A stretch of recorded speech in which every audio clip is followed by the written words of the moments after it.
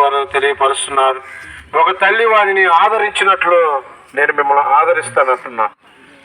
మన తల్లిదండ్రులు ఒక వయసుకు వచ్చినప్పుడు మన సమస్యల నుంచి మనల్ని మోయలేని భారాలు మనల్ని విడిచిపెట్టినా కూడా దేవుడు అంటున్నాడు, ప్రయాసపడి భారం మోస్తున్న సమస్య జనులారా నా యొద్దకు రండి, నేను మీకు విశ్రాంతిని కలుగు చేస్తానంటున్నాడు.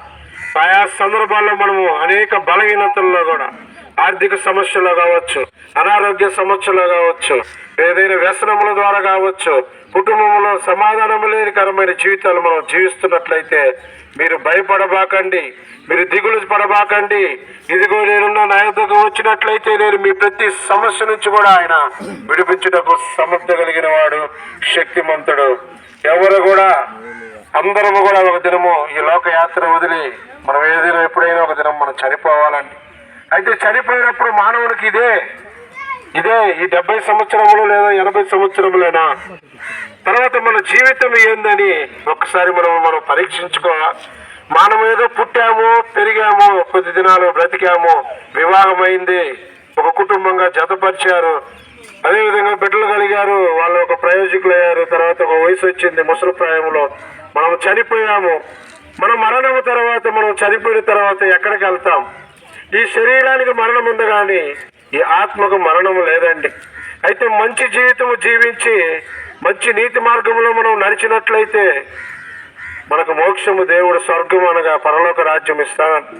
మనం చెడు వ్యసనాల్లో ఉండిపోయి కుటుంబంలో సమాధానము లేక ఎన్నో బాధలు పడుతూ మన శరీరాన్ని మనం పాడు చేసుకుంటూ దురాలవాట్లకి రకరకాలుగా ఈ లోకముల సెల్ ఫోన్లకి బానిసలైపోయి చిన్న బిడ్డల కాడి నుంచి పెద్దల వరకు ఈ రోజుల్లో సెల్ ఫోన్లో రకరకాలు కన్న బిడ్డని కన్న తండ్రి చంపే దినాలండి, భార్యని భర్తని చంపుకునే దినాలు.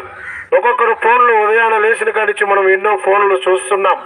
ఎక్కడ చూసినా కూడా మత్తు పదార్థాలకి కుర్ర పిల్లలు తాగి జీవితాలను పాడు చేసుకుంటున్నా, యాక్సిడెంట్లు అయిపోతున్నాయి. మనము ఒక నీతిగా మనం బ్రతకాలండి. మన ఒంట్లో భయం భక్తితో మనం బ్రతికినట్లయితే మనకు దేవుడిచ్చిన ఆయుష్లో మనము జీవించి తర్వాత మనం మంచి క్రియలను బట్టి దేవుడు మనకి నిత్యరాజ్యం, పరలోక రాజ్యం ఇస్తాడు.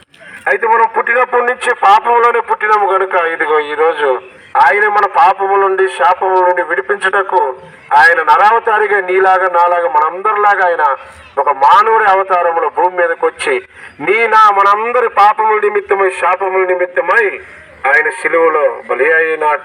ఎన్నో దెబ్బలు పొందినాడు, ఎంతో రక్తము చిందించినాడు. అయితే మానవుడు ఇంకా తప్పిదములు చేస్తూనే ఉన్నాడు. మానవుడు ఇంకా పాపములోనే బ్రతుకుతున్నాడు.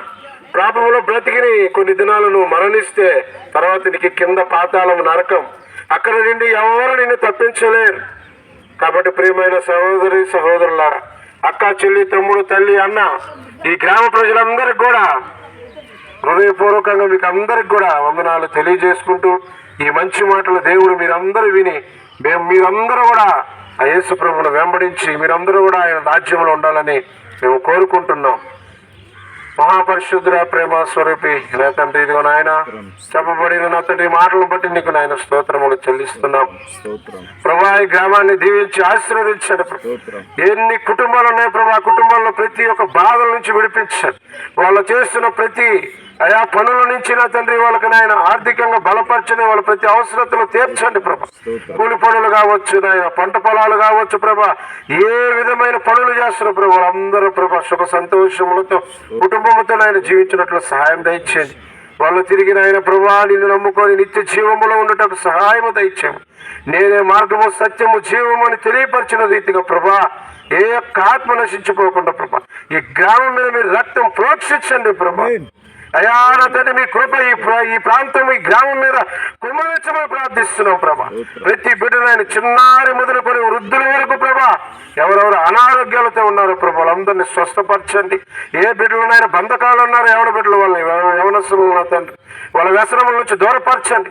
సమాధానం లేని బిడ్డలకు సమాధానము దయచేయమని ప్రార్థిస్తూ ప్రభా నా తండ్రి ఈ గ్రామాన్ని నీ చేతులకు అప్పగించుకుంటూ యేసు నామములో అడిగి వేడుకొని ప్రార్థిస్తూ నీ చేతులకు అప్పగించుకుంటున్నాము తండ్రి.